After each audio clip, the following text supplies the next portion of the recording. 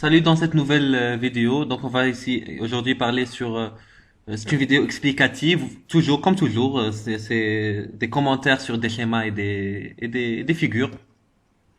Alors aujourd'hui on va parler sur le tissu musculaire avec ses deux types, tissu musculaire lisse et strié. On va commencer avec le tissu musculaire lisse.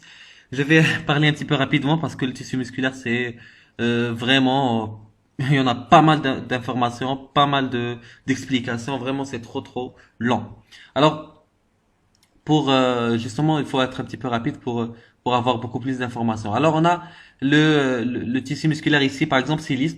Pourquoi? Parce qu'il est pris à partir des parois de viscères. Tout ce qui est pris à partir des parois de viscères, c'est ce qu'on appelle les muscles, pardon, lisses. Voilà. Donc ici on a pris une partie, on a fait un faux grossissement, on a obtenu des myocytes.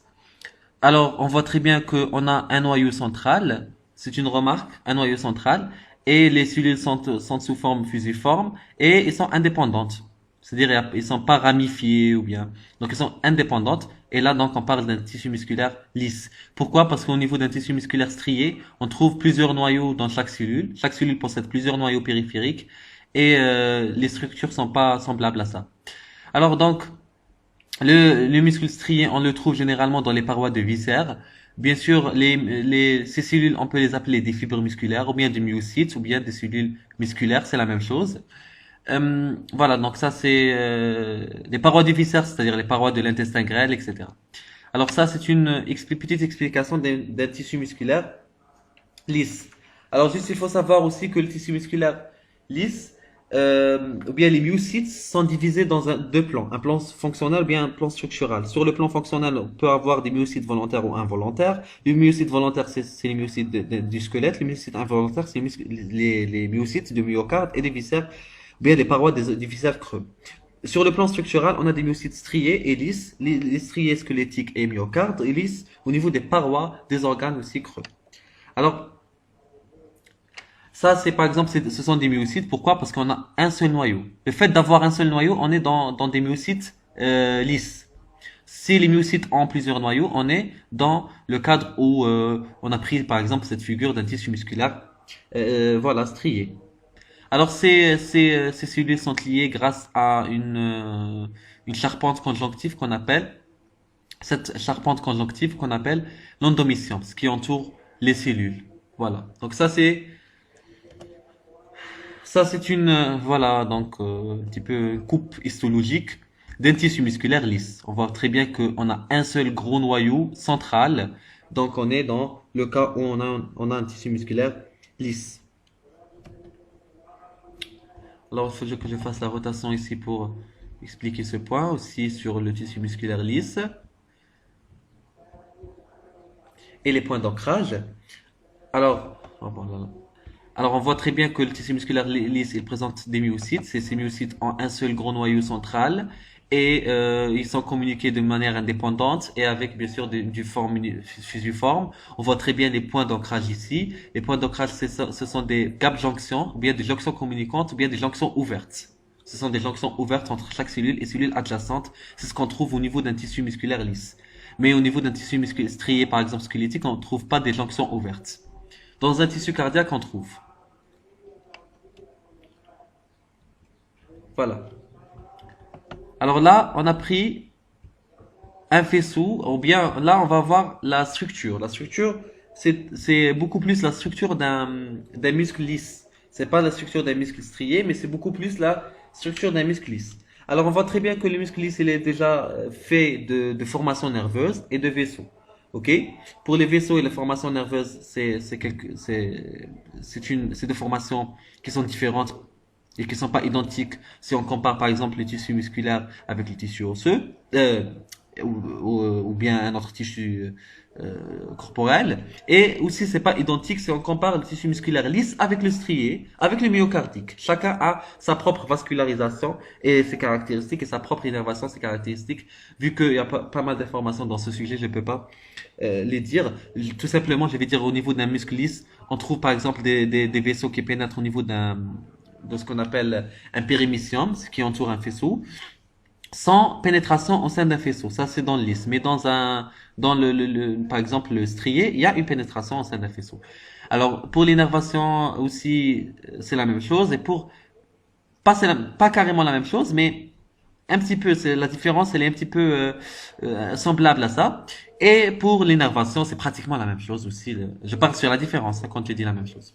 Alors pour l'épémission, voilà. Donc maintenant, on a le muscle, tout le muscle, c'est-à-dire toute l'entité du muscle. Voilà. Alors tout le muscle, on voit très bien la structure. Alors on voit très bien que on a une cloison conjonctive, ou bien ce qu'on appelle l'aponévrose, ou bien l'épémission. C'est tout ce qui entoure le muscle. Alors le muscle est constitué de plusieurs faisceaux, plusieurs faisceaux. Chaque faisceau, il est séparé et il est entouré par une charpente conjonctive qu'on appelle la périmysium. C'est ce qu'on voit ici. Alors voilà, ça c'est un faisceau. Ça c'est un faisceau. Plusieurs faisceaux vont construire ce qu'on appelle un muscle. Alors c'est l'unité de base d'un muscle. Ça c'est ce qu'on appelle. Le périmysium, c'est la conjonctive qui entoure un faisceau. Un faisceau, il est constitué de plusieurs cellules. Voilà, plusieurs cellules, plusieurs. Et ces cellules qu'on appelle les myocytes, bien fibres musculaires, bien cellules musculaires. Alors la myocyte, ou bien la fibre musculaire, ou bien la cellule musculaire, elle est faite de plusieurs noyaux périphériques. Et ici, puisque c'est une myocyte striée, elle est striée, donc elle a des striations, c'est-à-dire tafarruqat ou مش عارف.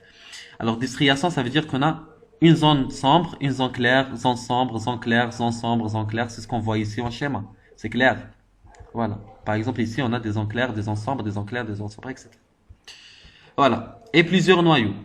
On a vu que le tissu musculaire lisse, il ne présente pas plusieurs noyaux. Il présente un seul noyau, un gros noyau central, comme on a vu au schéma précédent. Au schéma précédent. Mais ici, non. Ici, c'est pas le cas. On a plusieurs noyaux périphériques et on a plusieurs, bien sûr, plusieurs stries. Voilà. Ou bien striations.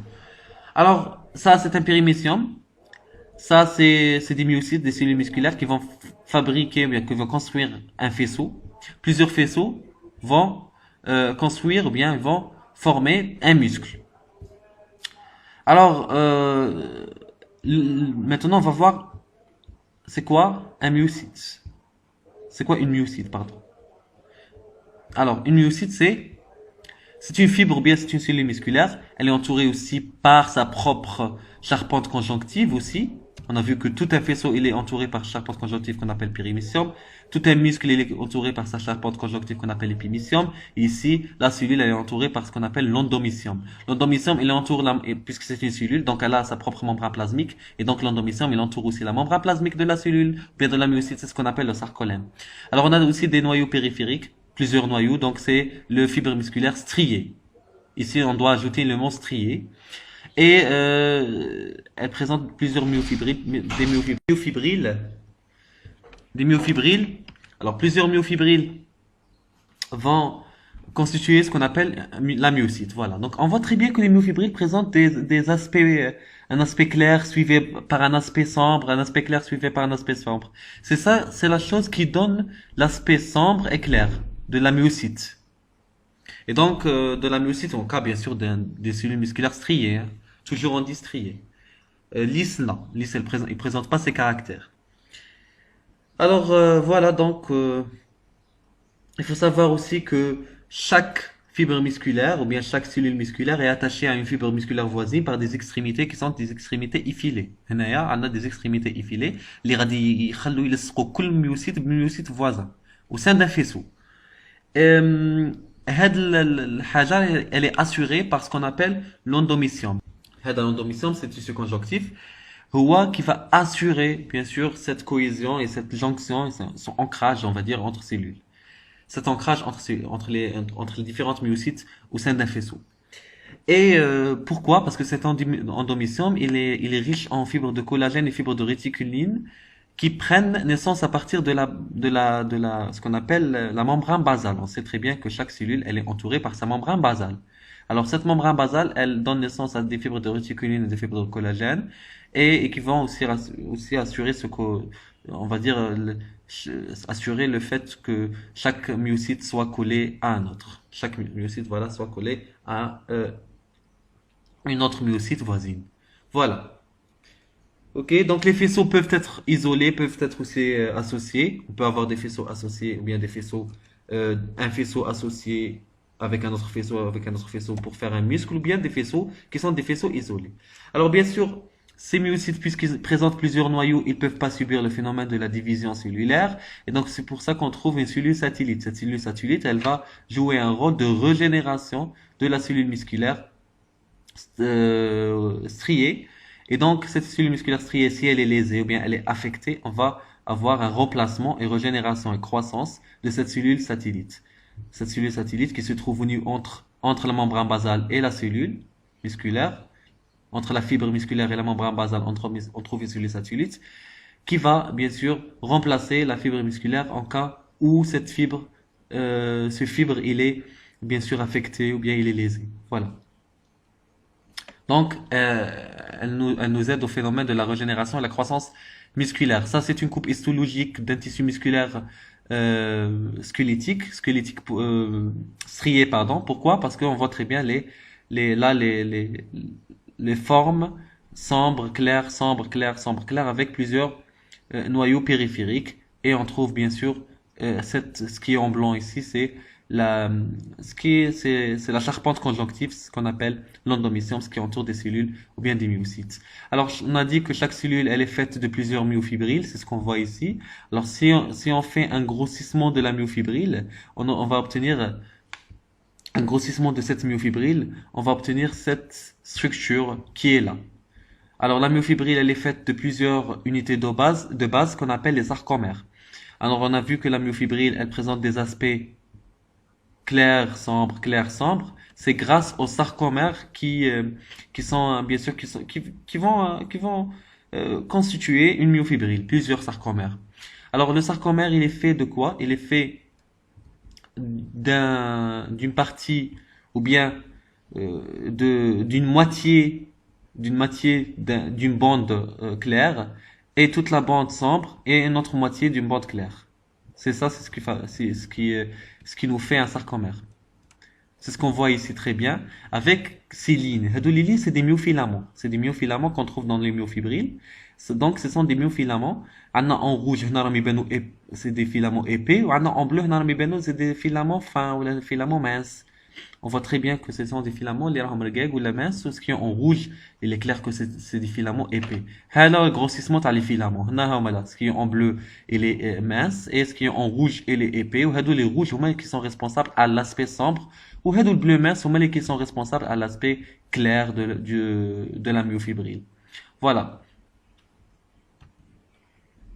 Voilà, donc ça c'est filament épais. Voilà, on voit ici, c'est ce qu'on appelle la tête de la molécule de myosine. On verra par la suite c'est quoi le rôle de cette dernière. Et ici, on a bien sûr les filaments minces. Voilà, donc, un muscle entouré par l'épimysium, constitué de plusieurs faisceaux, un faisceau entouré par le périmysium, constitué de plusieurs myocytes. Une myocyte, elle est entourée par l'endomysium.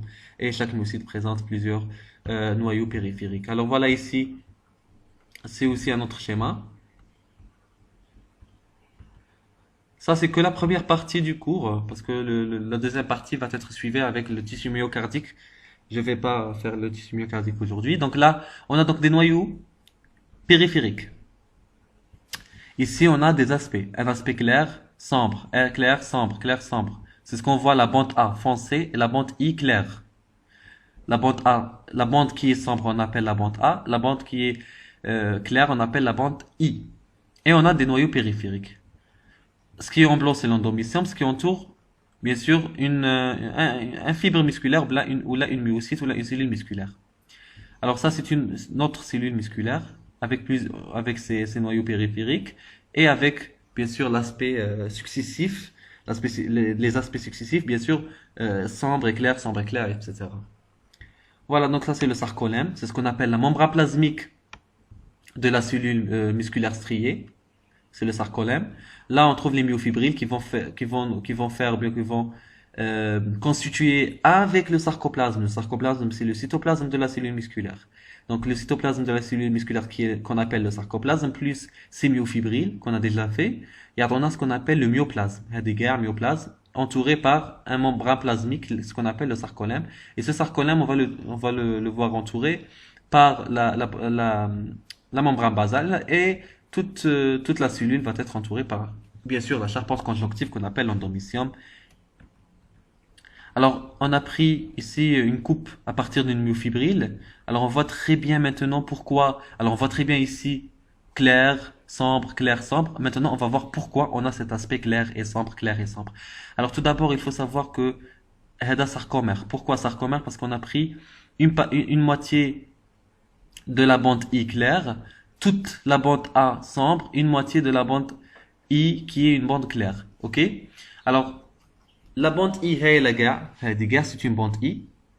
هنا الساركومير شو رايك من عند لا موitié تاع البوند I. وهنا ثاني رايك من عند لا moitié تاع البوند I. On voit très bien les flèches. Alors cette moitié de bande, la bande I, j'ai fait que, on voit très bien que à partir de ces lignes bleues, on voit très bien. Les lignes bleues, ce sont des lignes, on a dit, ce sont des myofilaments minces. Ou bien, les myofilaments dactyles. Voilà, les myofilaments minces ou la rouge, les myofilaments de myosine. Ils sont épais. Un myofilament épais. Voilà. Donc ça, il est clair pourquoi cette zone, ou bien pourquoi cette bande, elle est claire. Parce qu'elle est faite c'est-à-dire le constituant de cette bande, c'est que les filaments minces. Donc c'est pour ça elle est claire. Ici, elle est sombre parce que même si on a aussi les filaments minces, mais on a tenu معاهم les filaments de myosine qui sont des filaments sombres et au moins les radis ils me donnera là-bas donc radis nous vraiment l'aspect sombre ici. Alors maintenant on va faire une étude très précise, ok? Alors on voit très bien le schéma. هنا la bande I, on voit très bien que bon on va parler maintenant de la zone H, le disque, la ligne M, etc. Alors le disque Z, c'est quoi? Alors le disque Z, c'est une forme, c'est une structure de myofilaments minces, ou là le myofilament d'actine, sous cette forme, هكا جايين مزقزقين كيما هكا presque triangulaire, verticale كيما نشوفوا فيها. Elle va faire le disque Z. Le disque Z, c'est ce qu'on trouve au niveau de la moitié de la bande I. في النص تاع la bande I. C'est pour ça que le sarcomère déjà commence à partir du disque Z. Alors oui, comme le disque Z تاني. Alors ici, on a aussi la zone H qui se trouve au niveau de la bande A, c'est-à-dire la bande sombre. Cette zone H, elle est faite de myofibrilles, myofilaments, myofilaments épais de myosine sous cette forme. Voilà. Donc c'est ça la zone H.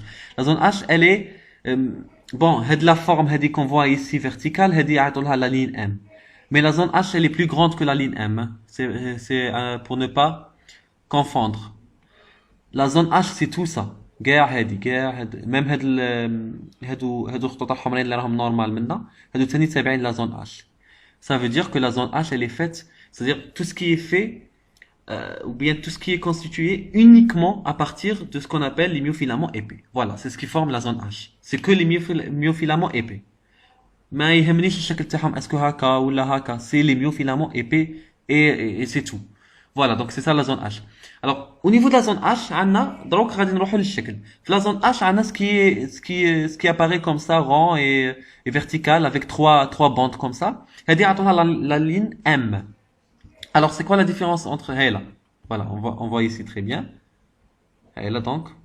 هذه كاع منا à partir من هنا حتى لهنا. هذه كاع la bande A sombre parce qu'on voit très bien la présence du myo. Le fait d'avoir les myofibrilles de myosine, ça est sombre. Sombre, avec les myofilaments d'actine. Quand les myofilaments d'actine sont absents, ça y est, تدخلنا في la zone H. On a les myofilaments de myosine. هذه كاع la zone H. هذه كاع. Au niveau de la zone H, on trouve une ligne, ce qu'on appelle la ligne M. La ligne M a une structure un petit peu spéciale de la myofilament d'actine. هادو اللي دايرين هكا, c'est des myofilaments d'actine. C'est-à-dire la même chose avec ces myofilaments. Voilà.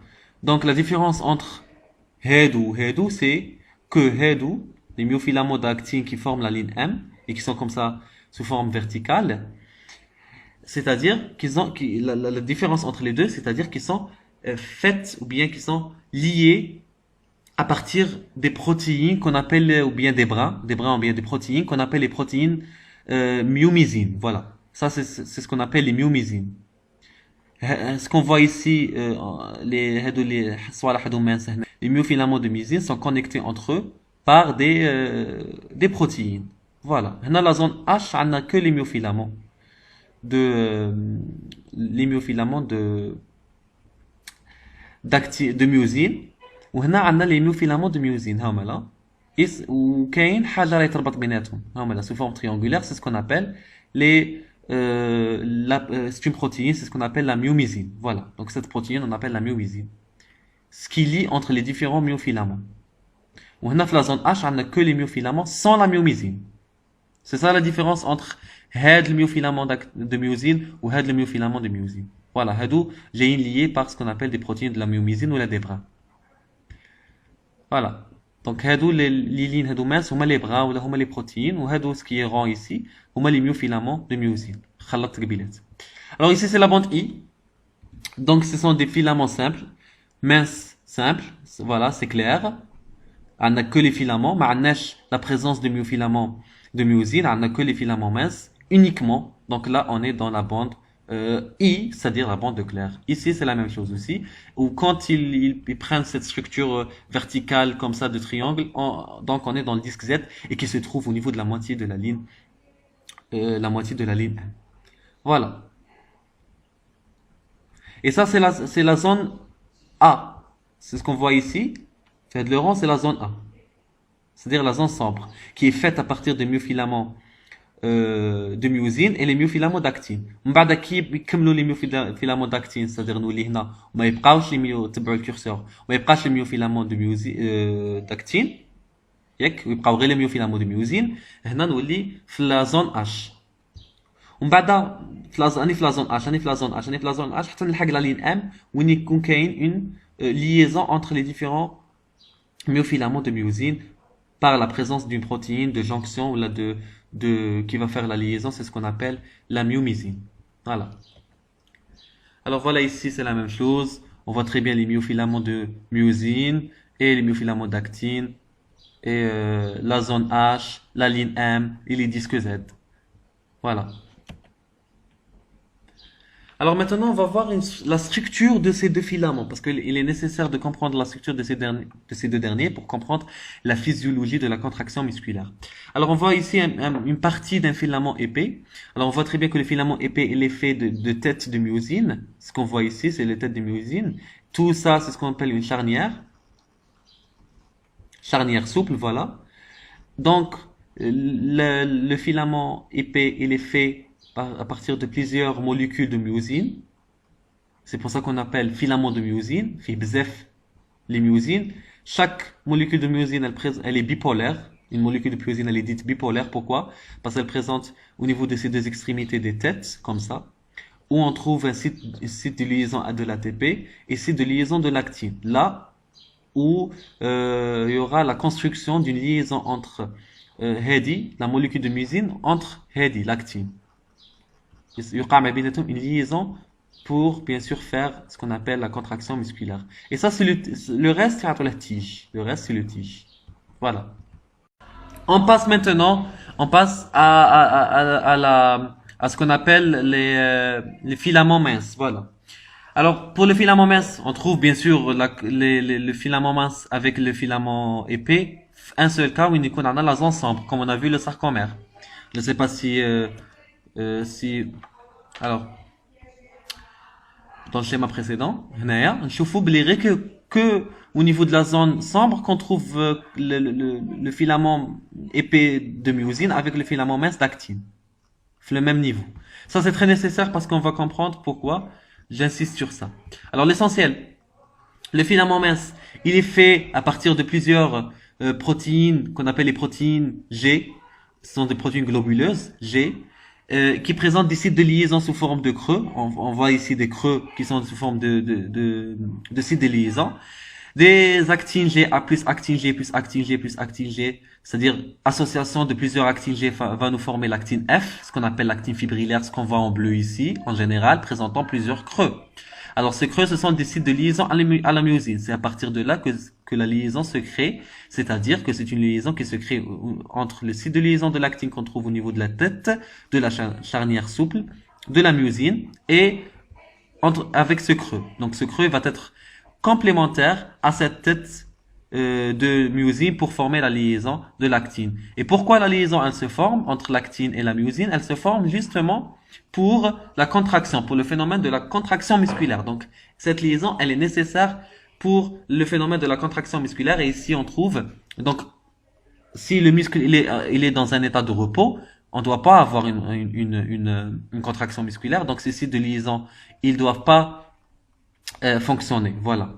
S'ils fonctionnent, c'est-à-dire ils vont faire la liaison avec la tête. Et s'ils font la liaison avec la tête, le début de la phénomène de la contraction.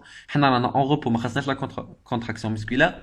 Donc les sites de liaison vont être inhibés par la tropomyosine.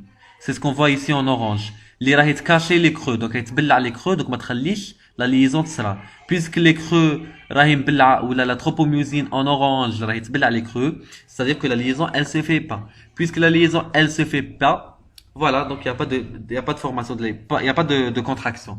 Le muscle, il est dans un état de repos. Alors, هذا l'anthropomyosine, أنا نشوفوا بها بلي c'est une protéine عندها la forme d'un fibre ou bien la forme تاع خيط هكا نشوفوا بلي شغل خيط. هذا الخيط ما يقدرش يقعد يشد روحه كيما هكا ومبلع لي كرو. Donc parce que يطيح normalement en principe يطيح. Donc شي لا حاجة يشدتها la troponine. C'est ce qu'on voit ici en jaune. La troponine, هي اللي راهي شادته. Cette troponine, c'est une protéine régulatrice ou تخدم bien sûr ماشي en collaboration, on veut dire elle est dépendante du calcium في الخدمة تاعها. On va voir ça par la suite dans un zoom qui explique la physiologie de la contraction musculaire. Alors ça, c'est d'une part.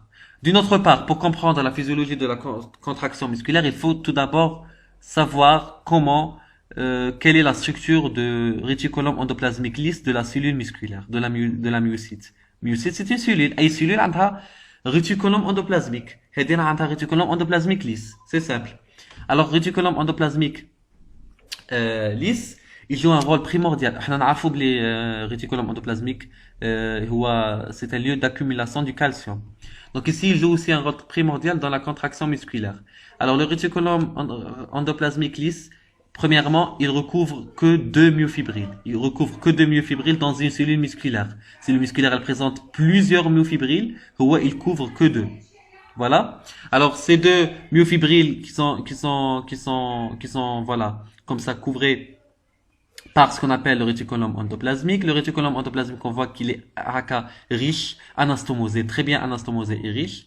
On sait très bien, donc c'est partie des myocytes. On prend des myofibrilles pour voir bien sûr ce schéma. Alors, au niveau de la zone H, c'est la zone H. C'est la zone H.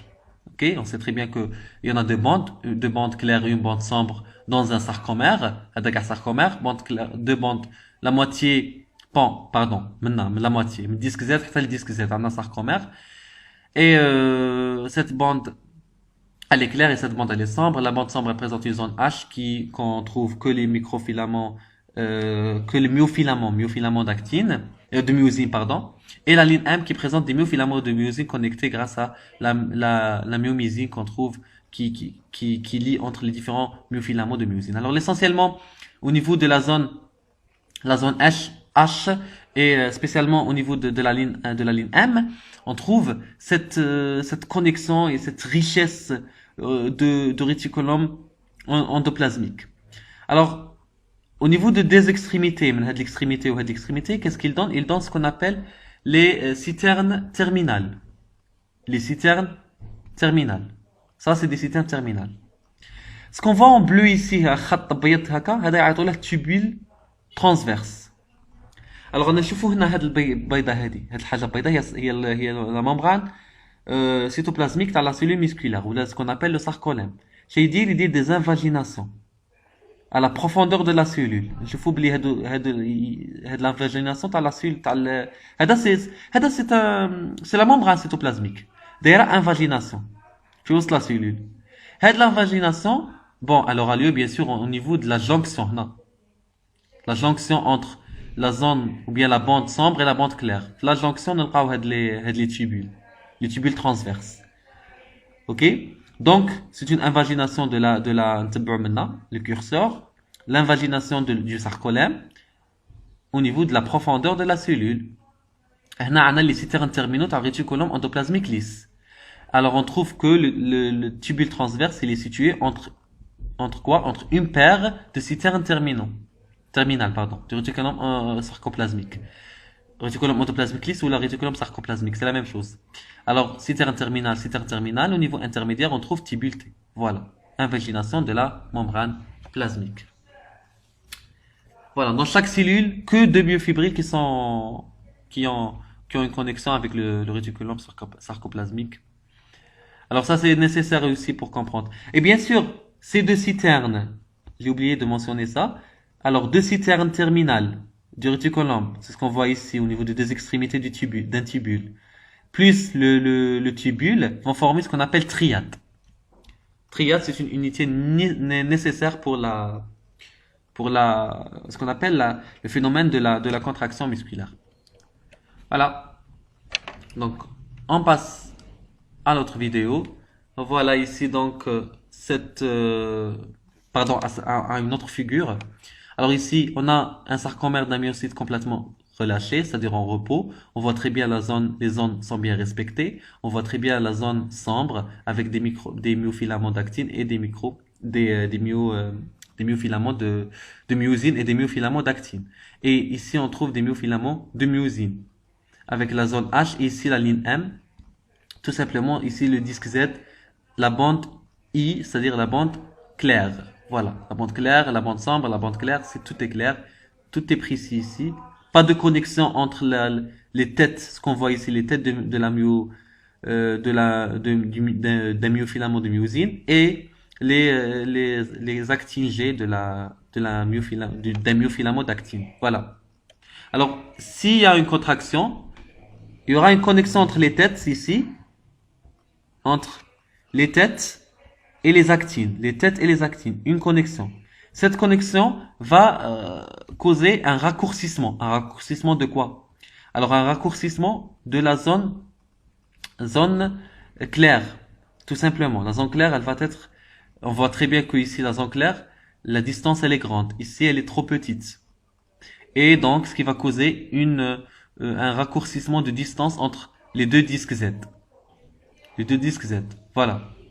Mais la bande A reste bien sûr la même. L'épaisseur de cette bande, elle reste la même. Aucun changement. Voilà. Donc ça c'est contracté parce que c'est une liaison qui est faite et donc ce qui va causer un rapprochement de l'actine vers la zone H. Voilà. La zone H تاني ça a un raccourcissement parce que la zone H معروفة la condition principale تاعها c'est que elle nécessite la présence unique تاع la présence unique تاع les myofilaments de myosine. Alors si on a une pénétration des myofilaments d'actine, il n'y a pas de zone H. Voilà. Aussi donc il y a un raccourcissement de cette zone. Voilà. Le rapprochement, il est dû à une liaison qui se fait entre la tête de la myosine et les actines G de la myofilament d'actine. Bien du myofilament d'actine. Alors ici, voilà, donc ça c'est le premier point pour comprendre la physiologie de la contraction musculaire. Alors on voit très bien ici les vésicules qui portent ou bien ce sont des vésicules de neurotransmetteurs, j'ai oublié le mot, neurotransmetteurs. Alors ici on trouve des neurotransmetteurs au niveau des vésicules, au niveau vésiculaire.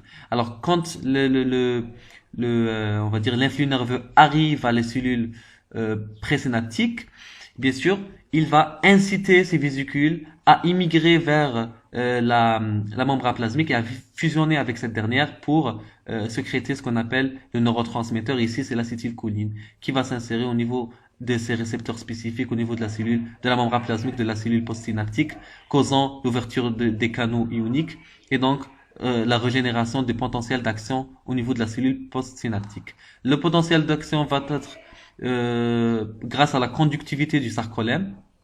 Il va être bien sûr, il va avoir une propagation tout au long du sarcolème et ensuite il va entrer dans le tubule transverse parce que le tubule transverse c'est le sarcolème.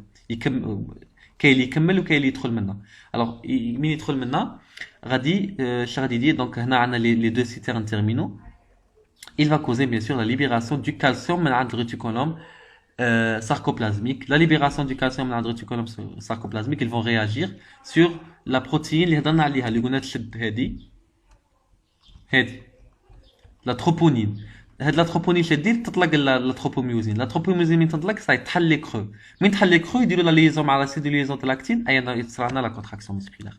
Alors on va voir ça d'une manière plus claire ici. Alors il faut que je fasse la rotation encore une fois. Je sais pas pourquoi j'ai fait des erreurs comme ça de. Alors voilà. Alors voilà, ici c'est plus clair. Voilà, l'influx nerveux arrive de la manière qu'on a déjà expliqué. Alors, هي la tubilité. La tubilité, شيء يوقع لنا ينتحلوا لنا les chaînes تاع calcium dépendantes. canal libérant du calcium. غادي يتليبيرا الكالسيوم من عند الريتيكولوم ساركوبلازميك. من يتليبيرا يفوت في التوبيلتي، يفوت ويدخل صاي يوصل وين كاين لي ميوفيلامون. من يوصل وين كاين لي ميوفيلامون يروح il va réagir sur le myofilament d'actine. Au premier lieu, il va réagir au niveau des myofilaments d'actine.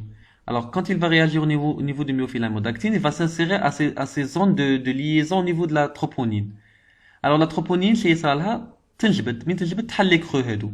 من تحل لي كرو يوقع une liaison entre la tête de myosine et le creux et pont-d'union de la myosine. Voilà, ici, donc, c'est là où on va comprendre. Voilà, donc, le calcium qui s'insère et la tête de myosine liée avec la lactine. Ensuite, alors on a un ADP ou le PI, غادي يتليبيرا. مي غادي يتليبيرا هادي غادي تهود، مي غادي تهود elle va causer le rapprochement d'actine vers la zone H. Ensuite يعاود يسرق لا تي بي باش تعاود تردها في بلاصتها.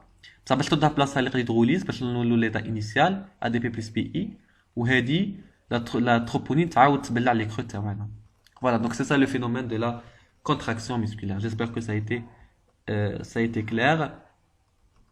Alors on va passer maintenant à résoudre tout un simple exercice, un petit exercice, simple exercice, pour bien sûr juste pour différencier entre les trois types de tissus musculaires lisses et squelettiques et myocardiques. C'est vraiment trop simple. Un exercice très qui va bien sûr montrer les différences principales entre les les différents tissus. Voilà. Cette vidéo accompagnée, c'est-à-dire la vidéo où on va essayer de résoudre l'exercice accompagné avec ce qu'on a déjà fait en vidéo explicative. Alors, l'exercice dit en première question, dans la description des muscles, que signifie le qualificatif strié? Donc, on sait très bien que les muscles sont divisés selon une classification structurale. Selon cette classification, sont divisés en deux choses, ce qui est strié et ce qui est lisse.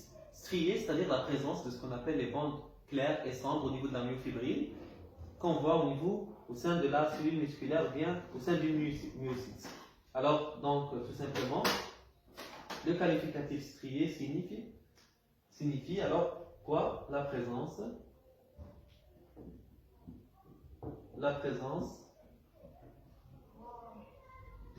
donc de bandes AII. Alors voilà, c'est la présence de bandes AI. Alors là, le deuxième tableau, au principe, il y a voilà, donc il y a des photos micrographiques qui apparaissent au-dessous. Alors on va essayer de nommer ces photos micrographiques. Alors A, c'est tout ce qui est en extrême droite par rapport c'est-à-dire en extrême droite. B, ce qui est au niveau moyen, et le C, ce qui est en extrême gauche. Alors, le A, qui est en extrême droite, on voit très bien qu'il est composé de cellules autonomes, bien orientées, très longues, cylindriques et multinucléées, c'est-à-dire plusieurs noyaux. Donc, sûrement, c'est un muscle strié, squelettique. Donc, la figure A présente un muscle strié, squelettique. La figure B présente un muscle myocardique. C'est simple parce qu'on a des chaînes ramifiées. de cellules à un ou deux noyaux. Lisse, c'est le troisième. Le muscle lisse, c'est le muscle troisième type de muscle. Pourquoi? Parce que c'est des cellules autonomes, fusiformes, mononucléées et pas striées. Voilà, qui sont pas striées, qui sont homogènes. Alors, localisation du muscle squelettique strié, c'est au niveau du squelette. Alors, c'est au niveau du squelette. Localisation du muscle myocardique, c'est au niveau du cœur. Et pour le lisse, c'est au niveau de la paroi du viscère creux. Voilà, la paroi du viscère creux. Ok? Alors, pour maintenant la classification fonctionnelle du muscle squelettique strié, la classification fonctionnelle, c'est volontaire. Ici, c'est involontaire. Ici, c'est involontaire. Et pour la classification structurale, ici, c'est strié. Il est ici, il n'est pas. Alors, il est strié pour le myocardique aussi, strié. Ici, il n'est pas strié. Voilà, donc c'est ça la différence entre les différences de localisation et classification structurelle et fonctionnelle des trois muscles. Alors, il y aura un petit quiz de 10 questions qui sera, donc je mettrai le lien en fin de la publication. Et c'est au niveau de ce lien, on trouve un quiz qui est limité avec le temps, c'est-à-dire 2 minutes. Après 2 minutes, le lien, c'est-à-dire la page, elle va être fermée. Donc, 10 questions et 10 minutes. Donc, on a 120 secondes pour répondre à 10 questions. Donc, on ne peut pas tricher avec la documentation ou bien avec la vidéo ou quelque chose comme ça. Et celui qui va répondre, donc bon, c'est le site qui compte automatiquement les points et qui corrige automatiquement, qui me donne le classement. Alors celui qui va avoir, bien sûr, la meilleure note, son nom va être partagé, c'est-à-dire sous forme d'un hommage à cette personne, au niveau de la story. Voilà, au niveau de la story, après 48 heures. Voilà, donc merci beaucoup, merci pour votre temps. Et désolé, je sais que la vidéo était très longue. Je pense que c'est très normal vu que le tissu musculaire contient pas mal d'informations. J'étais obligé déjà de supprimer plusieurs informations et malgré ça, la vidéo était un petit peu lente. Et même le logiciel, il y avait quelques coupures à cause d'un logiciel qui coupe les vidéos. C'est pour ça qu'il y avait des transitions bizarres. Je pense que je sais maintenant c'est quoi le problème. À la prochaine vidéo et merci beaucoup.